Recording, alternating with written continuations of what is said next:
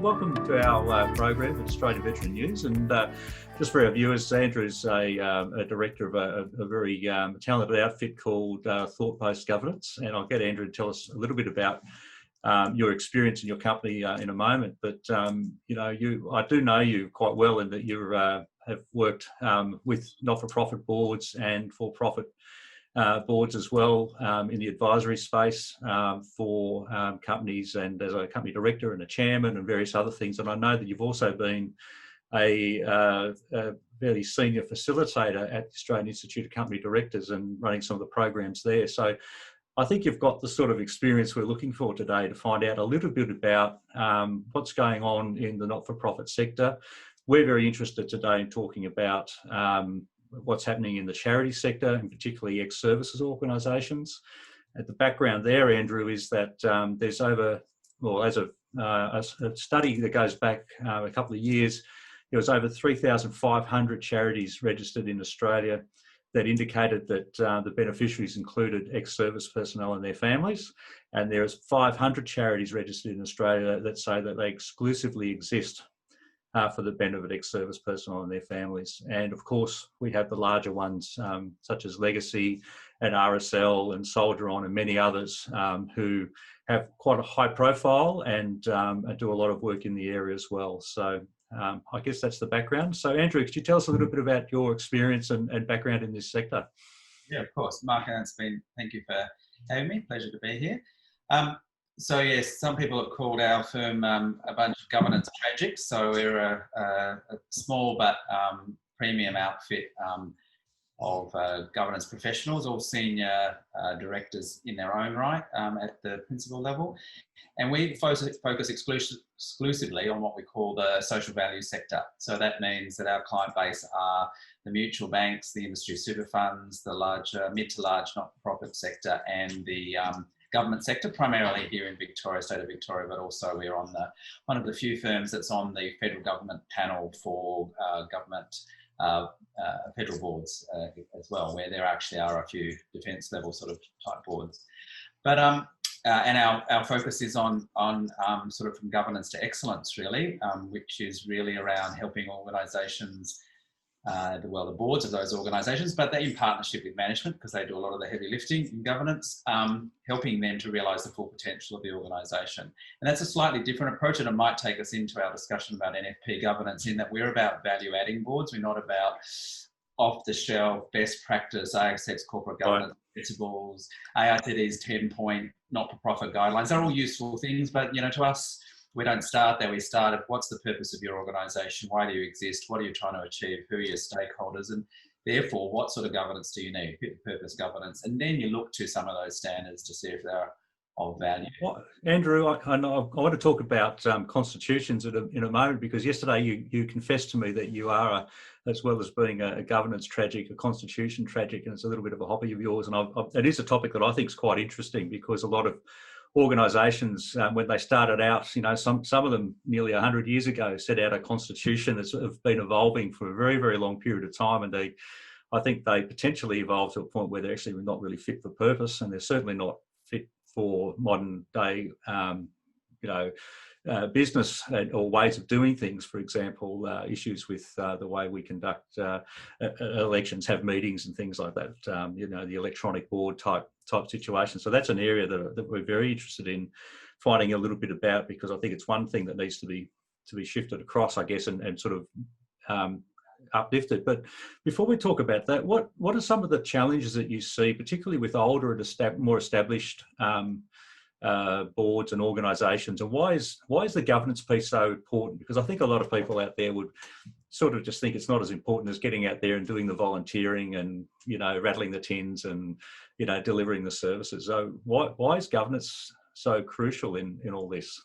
I mean, a charity without a board functioning effectively is like a body without a head. So it's sort of like a headless chook. So the chook can be running around doing all that activity, and I don't want to for a moment underscore the absolute value of all that volunteer activity, of all this paid stuff. I mean, the not-for-profit sector is a massive employer in Australia. From a study that's that was done that led to this establishment of the Charities Commission, the New Charities Commission.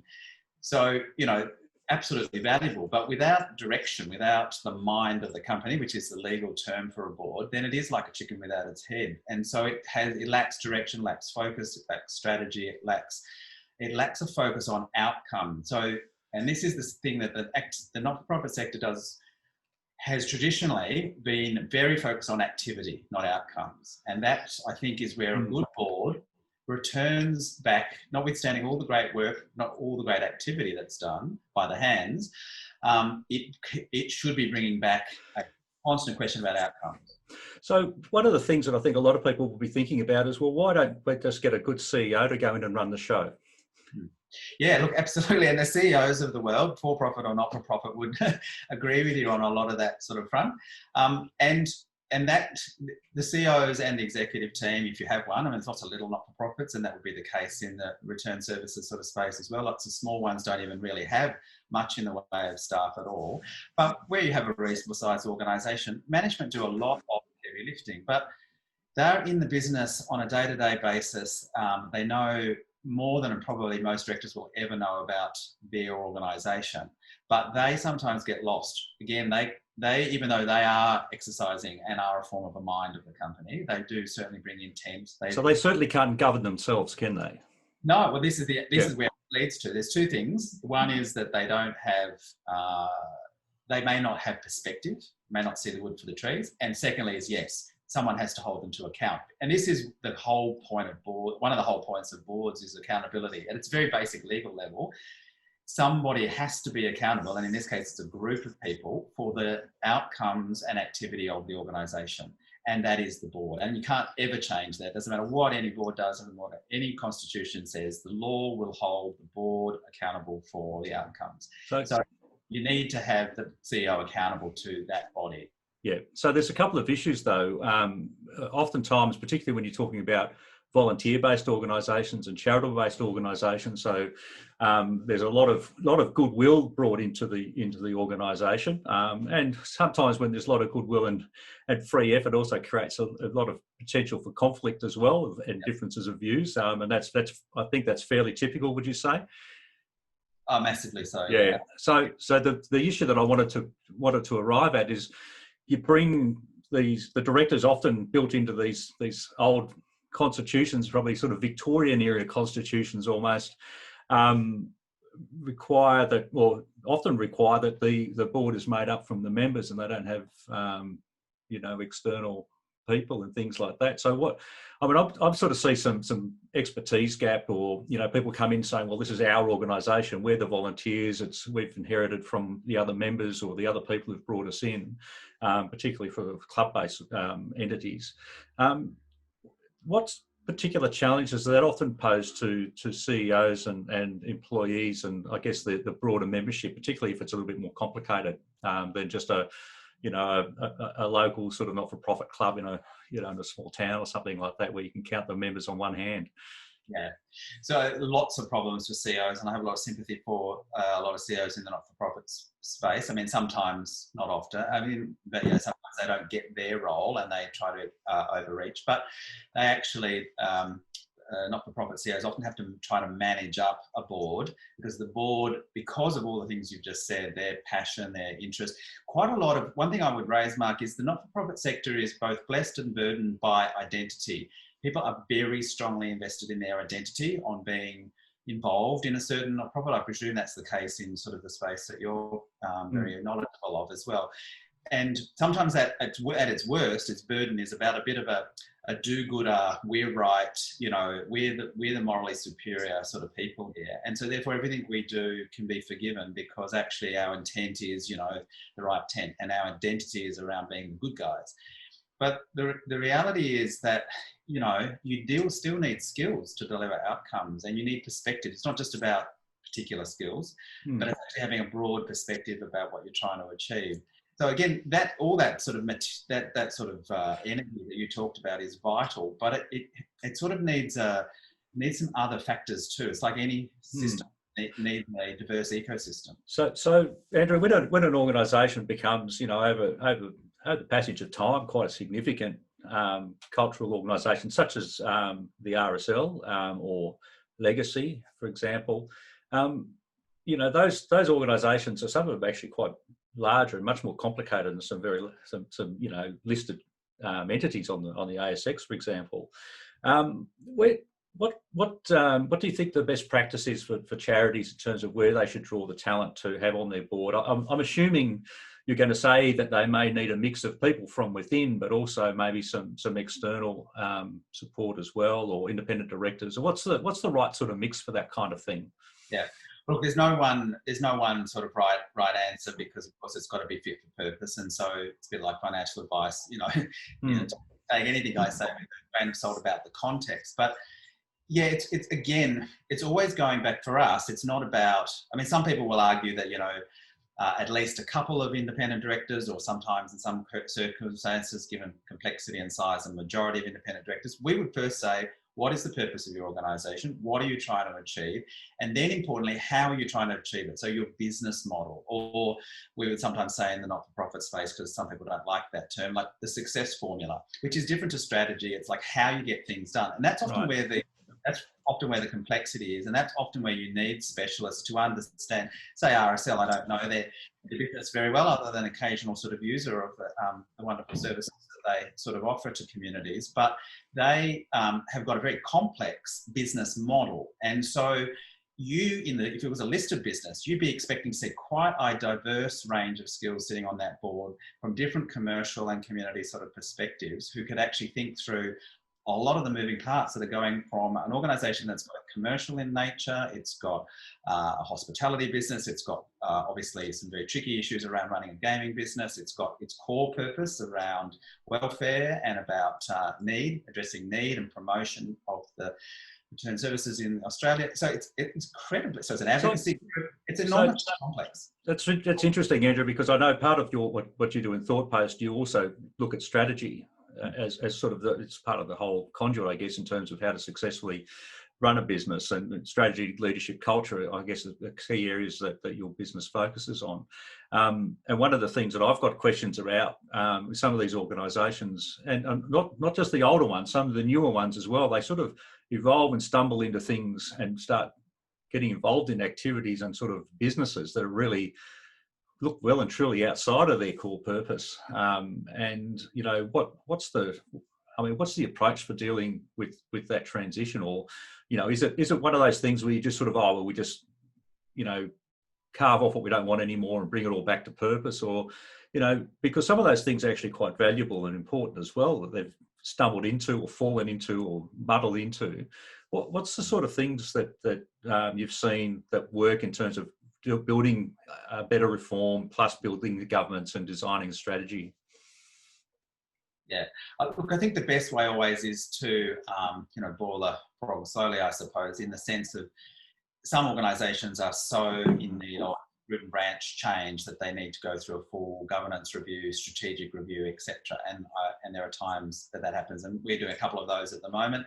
And it is a combination of looking at strategy and then whether the governance is fit for purpose.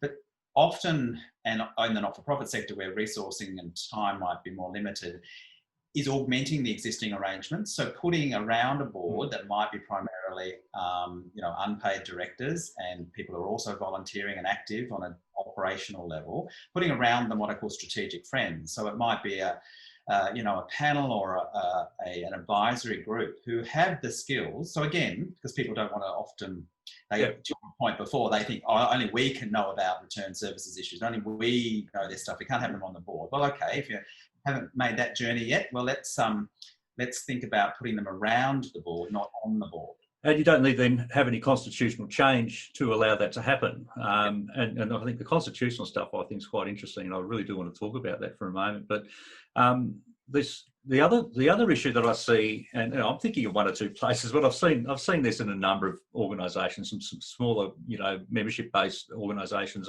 not just ex-services, is I guess the conflict that develops in terms of there is an appetite potentially from one group within the organisation for change. I mean, we were involved in an organisation together where we saw a lot of that, and it creates a lot of friction in between the constituents of the members and so forth. And how do you deal with that that issue where there's some people want to take this direction and they're pretty confident that they know which way to go.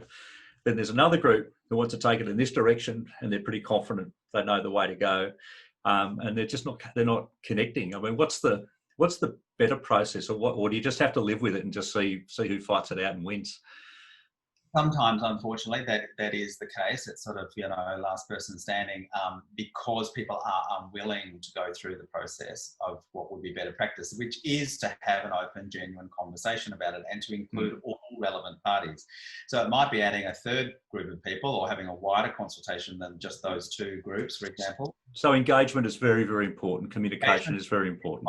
Especially in the not-for-profit space, which its legitimacy operates from it being usually community or at least member-driven organisations, and strategy and purpose and governance without any engagement or connection to those members is basically soulless governance. Mm.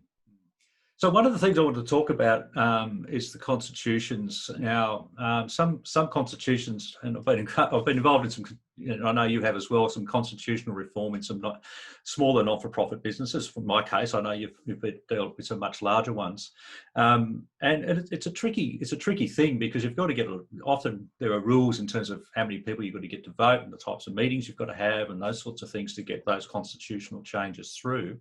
I guess, all that aside, because I know that's the heart, that is the mechanics, but it's also very difficult. But what are some of the better practice things to put in place to move something from a Victorian era constitution when some of these things were built, right? And I'll give you an example of one thing I'm thinking of, Andrew. Often, and I've seen this in a number of organisations, is a no canvassing rule, for example. And a no canvassing rule for elections is a nice rule when you've got, everybody in the organisation knows each other, and it keeps it all sort of, civilised and so forth, and tries to keep the level of the politics of the organisation down and I guess reduce that. But when the organisation grows over several decades, and it's impossible for members to know all the people in the organisation, how can you possibly have a no canvassing rule if you can never find out what people are standing for when they're standing for election, for example? Is that something that needs to change, do you think, in a lot of organisations? Does it have a place anymore in a democratic system? It's an anomaly. It's very rare to see them, and I have, for the purposes of today's conversation, did have a look at one of the RSL sort of branches constitutions which did have such a rule in it. I have, as you said before, probably read 1,000 at least sort of rules or constitutions in my sort of governance sort of time. I've never actually seen that before. It's you will find something new. Now, I can understand it to all the points you've raised, etc. But and in fact, looking at the whole rules, and this, I have no idea about the organisation, I can only take from what I see in the rules, it's actually, the whole set of rules is on a very defensive, it's on a war footing, really, to use that analogy. Right, okay. Everything in there is very defensive. It's about, if you look at all of the things there about what you can't do, what you shouldn't do, what you mustn't do, what a member of the executive shouldn't do, or the branch committee, what a member can't do. So obviously I started thinking, what was it that happened when they set this organisation up? They meant they'd have so many rules that you can't do. Because most constitutions, certainly in the for-profit space, but certainly in the more, what I would say, mature not-for-profit spaces, are quite short. They rely on, they really take a wholesale governance approach rather than this retail approach with lots and lots of stuff that's in the rules, because the law is pretty clear about what's required. It's all pretty much in the law. These days, the government in Victoria have gone so far as to be so annoyed by these weird and wonderful things in not-for-profit constitutions that they've gone further than the model rules. They now have parts of the model rules that are absolutely enforceable. So even if you're mandatory. So even if you say one thing, their rules will override it, because they go, what are some of these? The government recognise the craziness of some of these rules. And also, if I would say, from what I quickly looked at their constitution, it's a mix of policy and sort of delegations and what I call rules of the constitution of the organisation. Constitution should be the constitution, like the constitution of the country. The era sort of, irreversible, irreducible sort of essence of the organisation. doesn't need to go into all this other stuff. That's for policy, that's for bylaws if you have them, etc. So you need to get a constitution that you call constitution and not necessarily rules, and obviously there's some reframing required to get alignment with, I guess, the prevailing laws of the land at the moment anyway. So there's some important issues there. I might leave off the constitution piece for a moment because I know you've got to get going to another meeting, but I did want to ask you about some things about modernising the processes of running a board. And one of the things that's come up, in recent times for a lot of boards, and a couple that I've sort of organisations that I'm aware of or close to, I've seen that they've had some real trouble, particularly in the membership-based organisations, coming to terms with the idea that they might actually conduct business and run meetings online, particularly if they've got an older membership. Other businesses, just sort of, commercially focused organisations, they just do what they got to do because that's what they're very motivated to keep their business viable. So viability may not necessarily always be the same pressure, but I'm interested to know what you think about what best practice in terms of board meetings. Can you have them online? Can you have annual general meetings online? Is there any ways that you can practically run an election process that doesn't require people to be physically present, for example, that is reliable and gives people the focus and the sense of a meeting that you would otherwise have if they were to congregate together in a room? Yeah, absolutely. Like this, so the listed, what listed companies do in the governance space aren't always laudable and worth following and emulating, but there is a lot that is, and they have been well ahead of the game on all of that. So they can conduct, especially because they are global businesses, many of them. So, BHP Billiton has to be able to have an online AGM because it's dual listed, has to have shareholders all around the world, and to not have access and ability of the one moment of accountability that members or shareholders get a year to as many people as possible is basically a tragedy of accountability. So online is the most, really what's necessary going forward. And yeah, absolutely, there are service providers who will fall over themselves including not-for-profit focused service providers who have an offering in those spaces. So Andrew, one of the challenges though in the ex-services sector, a lot of the members of ex-services organisations, the membership base, are people who, we're talking about octogenarians here and people in nursing homes and those sorts of things. I mean, sometimes that's not a practical solution for them either. So yeah, but what I'd say is if they can't get online, then they definitely can't get into a meeting. They probably can't get to an AGM. So that's a fair point. Yes, yeah. And look, but there's creative ways around that. I mean, again, all those things you can support and assist people to do that. I mean, I'm not saying you do away with it. You can have hybrids, like blended learning. You can have blended AGMs where you still have that opportunity, but it's quite elitist in a way because wherever you hold it, even if you rotate your AGMs around, it'll be focused. It's usually city focused. Yep. So if you're a state or a national organisation and you genuinely are committed to your regional and rural members, then you really need to think about accessible ways of doing it, and online's the way. And look, I've seen more actually octogenarians actually be better tech savvy than actually some of the young ones. My father, for example, chairs one of the senior citizens national policy advisory committees in Canberra, and he immediately moved over to Zoom and conducting. I had to be in one of their meetings just to start them up one day because we were pro bono, giving some pro bono by letting them use our Zoom account. And, they were all just right into it, and they were all in their 80s. So yeah. I think, sure, there's some people who will need help and support and assistance, and you can provide that in certain appropriate ways. Yeah. So I guess in summary, what you're saying is that it's actually something it's actually quite important. Number one, for democracy. So you keep to your timetable. You don't. I mean, because what a lot of organisations have done. And I'm not just picking on one particular organisation because I know others have done it as well. If they've delayed their AGMs because of the excuse of the pandemic and the membership issues and all that kind of thing, and the ability to maybe organise the technology, that's probably a legitimate thing. It's probably not easy for a volunteer organisation to work that out. So it's important for that. From the keeping the timetable for the democracy and getting those elections underway and those meetings underway and decisions made. But you're also saying that it's actually quite an important step for people in rural and regional communities, because it actually gives them a greater level of access to the democratic process than they otherwise would have had potentially. And potentially you could say the same thing about somebody in a nursing home, to take it to another extreme. Yeah. Exactly. So it's about accessibility to it, and you can do yes, got to take it baby steps, but once you get online, then you can actually create very engaging activity. AGMs are known for being deadly dull, and so this is a way. So I sat in through one.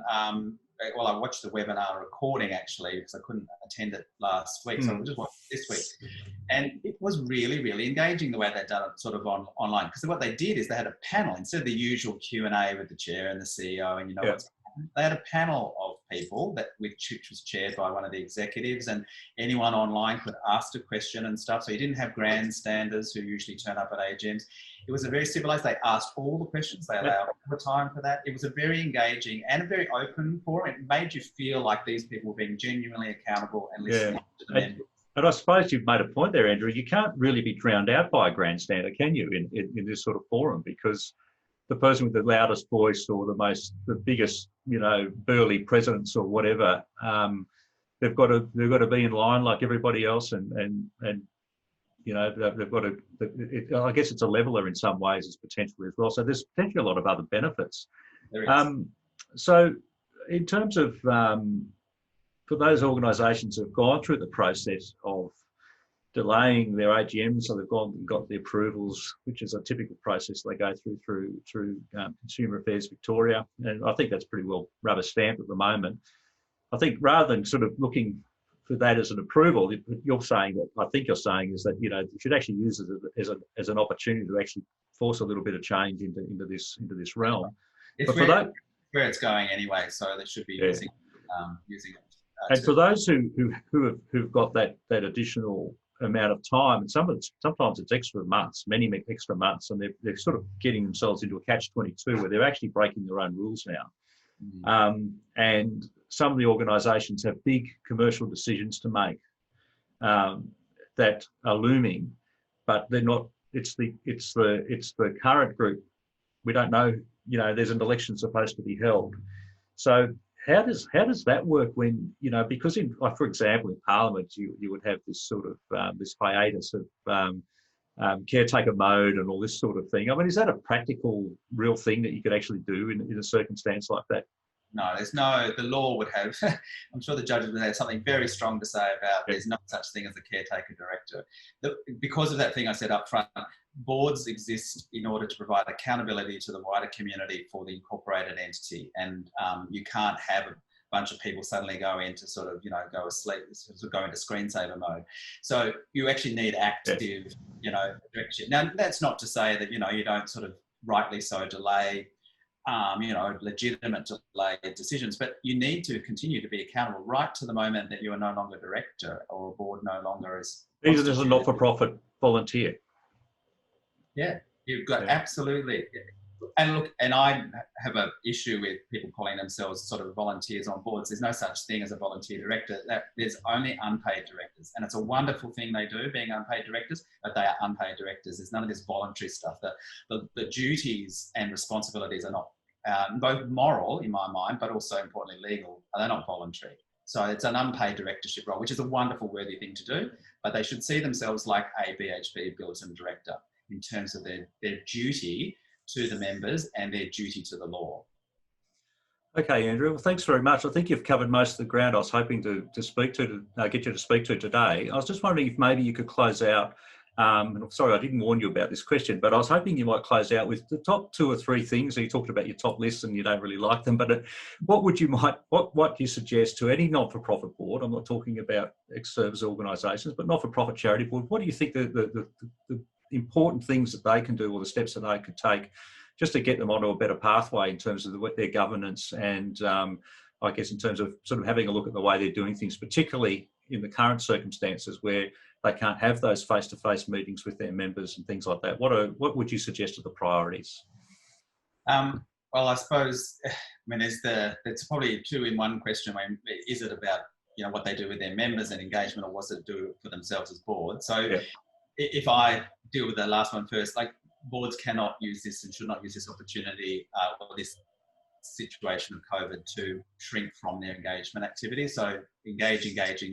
And if you need to learn really fast about doing that with technology, then do it and do it fast. Yes.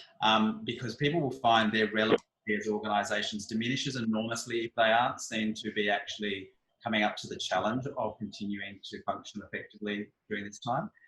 On the board side of things, I mean, it's a difficult question because there's a million things, of course, that I'd want to sort of suggest. But if I just take two, they're fairly simple ones. I mean, one is to reflect. It sounds like a strange thing, but boards spend a lot of time just doing what they do. And that's because they're passionate, they've got a lot on their plate, and that's because they're often under a lot of pressure.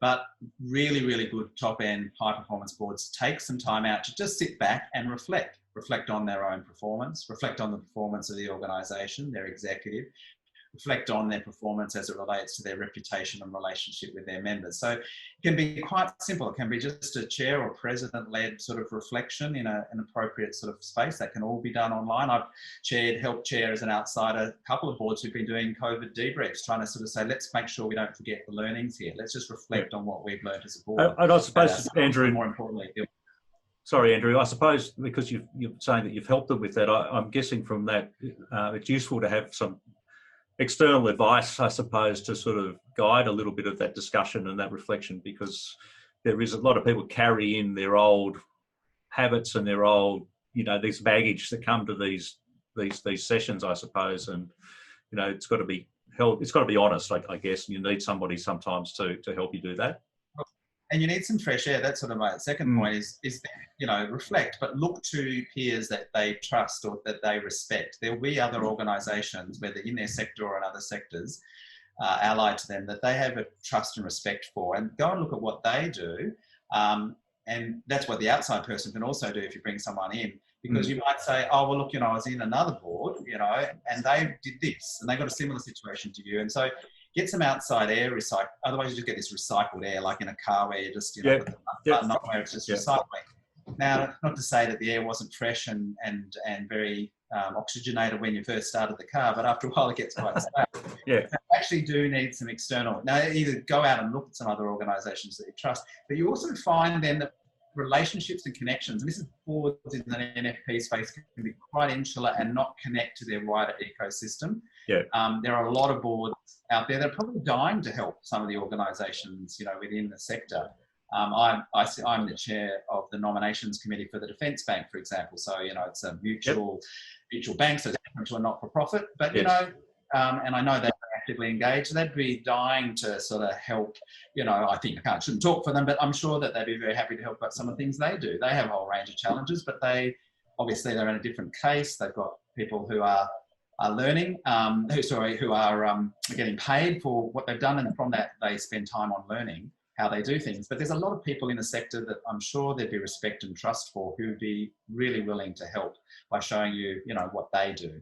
That's really interesting. So I guess from the takeaways from that, from today, you've talked about engagement's been very important. It goes in two directions: one, to the members themselves, but also to look outside of the close community and look for potentially boards and directorships and whatever else that can provide some kind of almost like an organisational mentorship or an example or benchmarking or something like that.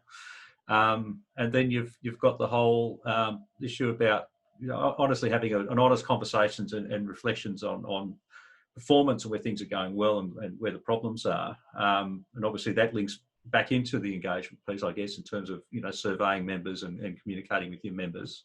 And then you've talked about the fresh air and making sure that you take that, which is that earlier point about looking outside the organisation. The other thing that I took out from an earlier comment that you made, Andrew, was about that you don't have to, while you're trying to sort your organisation out and your constitution out and all those sorts of things, it doesn't mean that you can't make some incremental improvements, and you may even be able to engage an advisory board that doesn't actually have to, be a constitutional thing. It could just be there to provide that support and direction, and the board itself can agree on how it wants to operate and take on and operate that advice that it gets. Absolutely. Yep. All right, Andrew. Well, thank you so much for your time this afternoon. I really appreciate it. You know, I think we're going to gain quite a lot out of this, and I'm sure, I guess, the community that I'm involved in, the ex-services community, will be very interested. And I think it's got applications well outside of that, of course, as well. So I very much appreciate your time today. It's a pleasure being here, Mark.